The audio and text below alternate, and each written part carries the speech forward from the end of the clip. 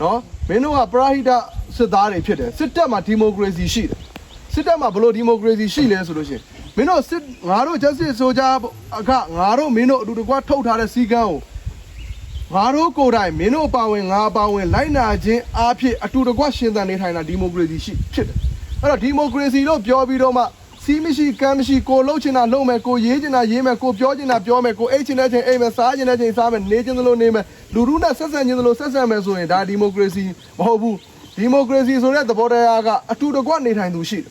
အတူတကွနေထိုင်သူတွေဟာအတူတကွနေထိုင်တဲ့အခါမှာအတူတကွထုတ်ပြန်ထားတဲ့စည်းကမ်းတွေရှိတယ်ဒါကဖွဲ့စည်းပုံအခြေခံလို့ခေါ်တယ်အဲ့ဒီဟာဒီမင်းရောငါရောသဘောတူညီထားတဲ့ justice ဆိုကြရဲ့ဖွဲ့စည်းပုံအခြေခံဖြစ်တယ်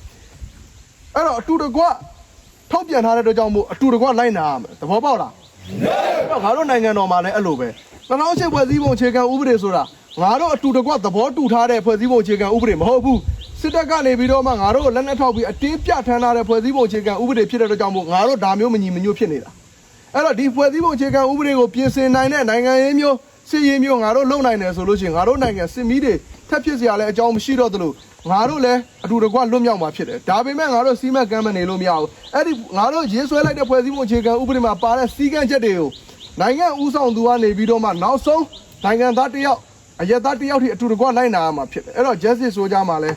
ဒါနိုင်ငံတော်အဆင့်ကိုပြောတာ justice ဆိုကြမှာလဲအဲ့လိုပဲမင်းတို့စစ်တပ်မှာဒီမိုကရေစီရှိတယ်နော်စီကံချိုးပေါက်တဲ့သူကအဖြစ်သားဖြစ်တယ်စီကံနဲ့ညီတဲ့သူကအဓိပတိဖြစ်တယ်အဲ့တော့ငါစီကံနဲ့မညီရင်ငါအဓိပတိမဟုတ်ဘူးမင်းတို့ကစီကံနဲ့အညီနေလို့ရှင်မင်းတို့ကအဓိပတိပဲအဲ့တော့မင်းတို့ကစီကံနဲ့အညီနေရဲ့သားနဲ့မင်းတို့ရဲ့အစစ်စစ်ကိုကဲသူတွေကမင်းတို့ကိုရရှိလာတဲ့တောင်းဝင်ပေးအပ်လာတဲ့အမိတ်အာဏာပေါ်မှာအမိတ်တလွဲသုံးစားလုပ်တယ်ဆိုလို့ရှင်မင်းတို့ဒီမိုကရေစီနီးအရစနစ်တကျထောက်ပြဝေဖန်ခွင့်ရှိ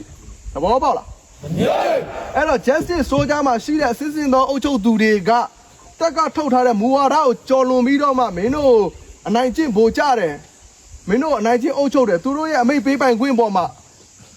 ပါလာတဲ့အာဏာနော်အာဏာဆိုတာရှိတယ်ဘာဖြစ်လို့လဲအမိတ်ပေးပိုင်ခွင့်နဲ့အတူအမိတ်ပေးပိုင်ခွင့်အာဏာဆိုတာရှိတယ်ဒီဟာကိုကျိုးအတွက်စွတ်ဖက်ပြီးတော့မှမင်းတို့ခိုင်းစေတယ်အဲ့ဒီအမိတ်အာဏာကိုကျိုးအတွက်အသုံးပြုပြီးမင်းတို့ညွှန်ကြားတယ်ဆိုမင်းတို့လှုပ်ရှားမလို့ဒီမိုကရေစီနီးရ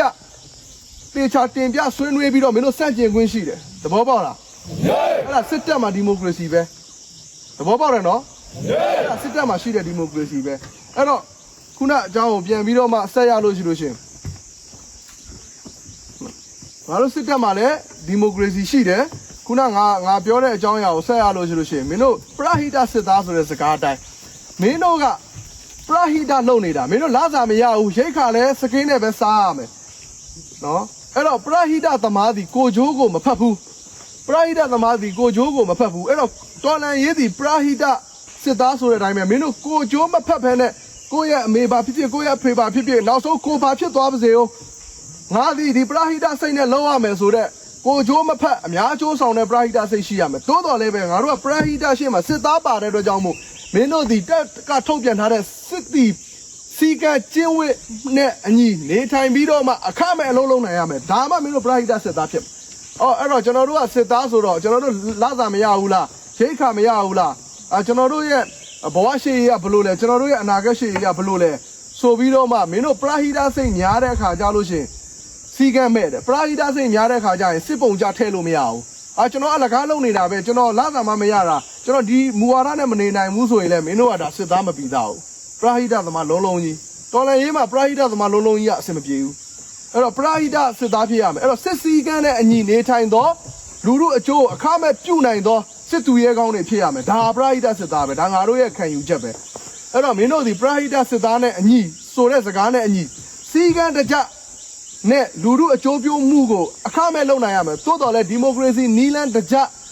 တက်ကထုတ်ပြန်ထားတဲ့မူဝါဒတွေနဲ့မညီဘဲနဲ့အုပ်ချုပ်တဲ့အရာရှိတွေကိုလည်းမင်းတို့စနစ်တကျထောက်ပြဝေဖန်ရဲရမယ်ဒါဒီမိုကရေစီလည်းရှိတယ်ငါတို့ပရဟိတစစ်သားလည်းဖြစ်တယ်ဆိုတော့ဒါအနာဂတ်နိုင်ငံတော်အတွက်ငါတို့စဉ်းစားမိသလောက်တည်းကအကောင်းဆုံးသောအလုပ်တွေကိုငါတို့လုပ်နေတာဖြစ်တဲ့ကြောင့်မို့မင်းတို့လိုက်လို့ရမယ်အဲ့တော့ justice ဆိုကြအနေနဲ့စစ်ရေးရည်မှန်းချက်နိုင်ငံရေးရည်မှန်းချက်မှန်မှန်မှုထင်လို့ရှိရင်မင်းတို့တင်ပြဆွေးနွေးခွင့်ရှိတယ်မှန်တယ်ဆိုလို့ရှိရင်ပရဟိတစစ်သားဆိုတဲ့စကားနဲ့အညီစီကံရှိနဲ့ကိုကျိုးစွန့်ပြီးတော့မင်းတို့လုပ်နိုင်ရမယ်သဘောပေါက်လား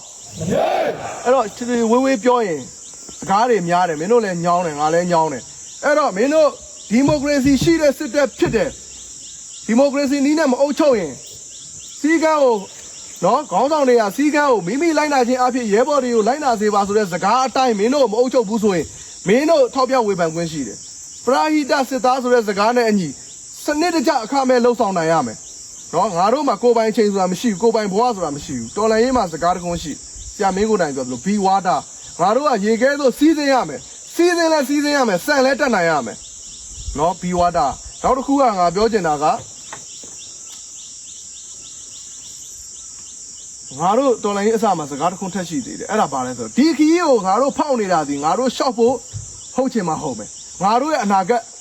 မှာရှိတဲ့ငါတို့ရဲ့ next generation နောက်လာမယ့် generation တွေရှောက်ဖို့ဖြစ်တယ်အဲ့တော့ကျွန်တော်ကတော့ဘာဖြစ်တယ်ညာဖြစ်တယ်ဘာဖြစ်တယ်ဆိုတဲ့စကားတွေကိုသိမကြားချင်ဘူးငါတို့အတွက်လုပ်နေတာမဟုတ်တဲ့အတွက်ကြောင့်မို့ငါတို့အတွက်ဆိုတဲ့စကားကိုမကြားချင်ဘူးငါတို့ဒီလမ်းကိုဖောက်နေတာဒီအနာဂတ်ကလူနောက်လာမယ့် next generation တွေရှောက်ဖို့ဖြစ်တယ်ဆိုတဲ့အတွက်ကြောင့်မို့